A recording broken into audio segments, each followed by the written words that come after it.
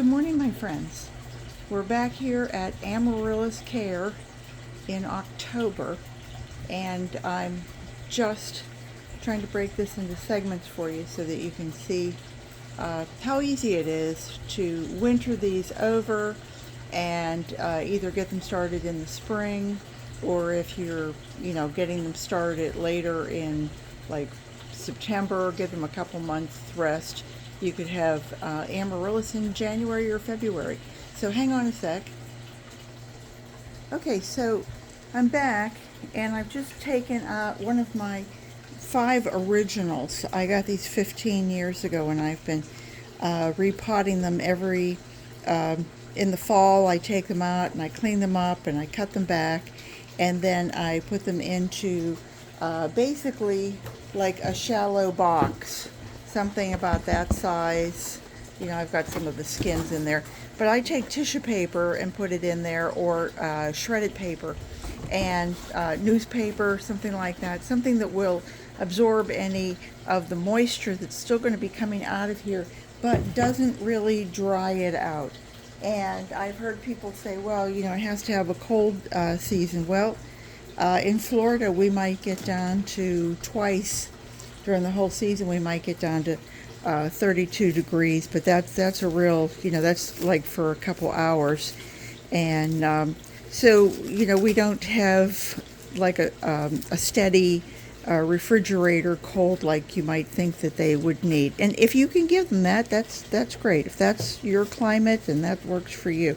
But what I did want to show you was, this was a viable, big, healthy green plant, and I really wanted to get this one out of the pot. But I wanted to show you just a little of this and what healthy roots look like.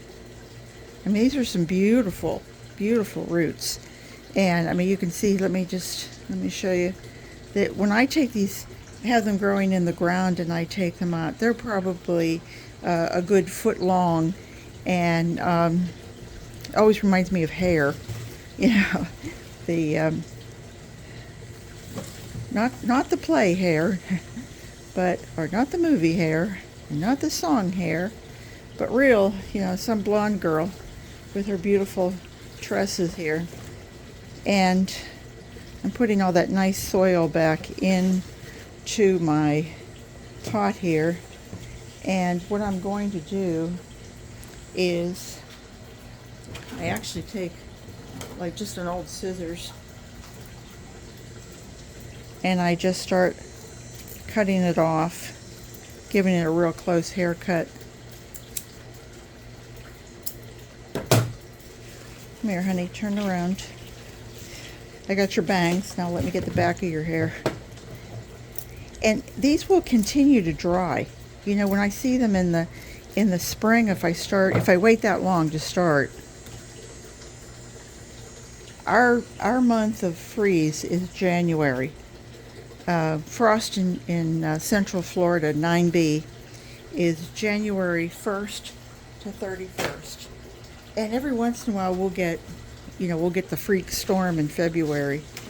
And I think, wow, okay. Now I'm going to also just go ahead and clip off. I could just leave it like this, okay? I could just let it dry out by itself. But this has been growing since March. So we've had March, April, May, June, July, August, September. We've had 7 months of it blooming once, and then these beautiful leaves pulling in all the sun's rays and photosynthesis. And so I'm going to cut this back just like that, and my greens will go to the compost. And I'm going to I could let this just dry on the porch, and this would turn brown, but I'd like to try to get them dealt with in the next couple weeks. I'm going on vacation, and I'd kind of like to get some of my fall chores done before I go. And so that's about it. Let me just take my knife. and give myself a better cut. There we go. And I find that you can peel it back nicely. Don't disrupt too much of that skin.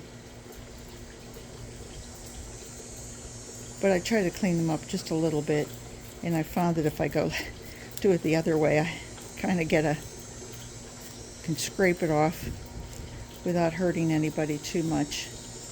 And like I said, this will all dry and come back. And when you see that beautiful bloom, you won't even look down there and see any of that brown. Won't bother you a bit. See, that looks kind of old and nasty, but if you kind of work it back with your knife, or if you have a scissors, or if you have good nails, that's always works well. Mine aren't that good anymore, so too many years of being a florist. There we go.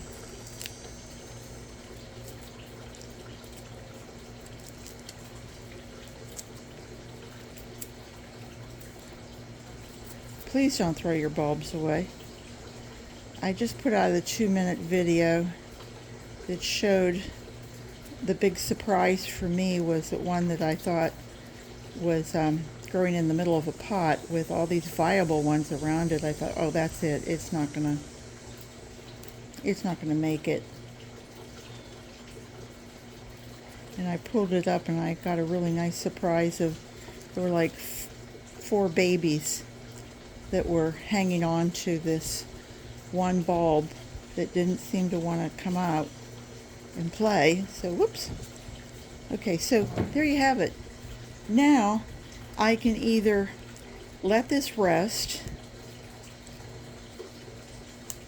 for a few months. If I have refrigeration, I can use that. But I think the important thing is that you, if you're going to let it rest, go ahead and let it rest in a cooler, dry place, a cooler, dark place. If you look at your bulbs and you notice that anything has, like a brown spot on it, think of an onion. If you see something that has a brown spot on it, you kind of go, oh, that's not looking good, And so the basil plate is here, and this is the one that you want to that's inside there. Can I make that clear?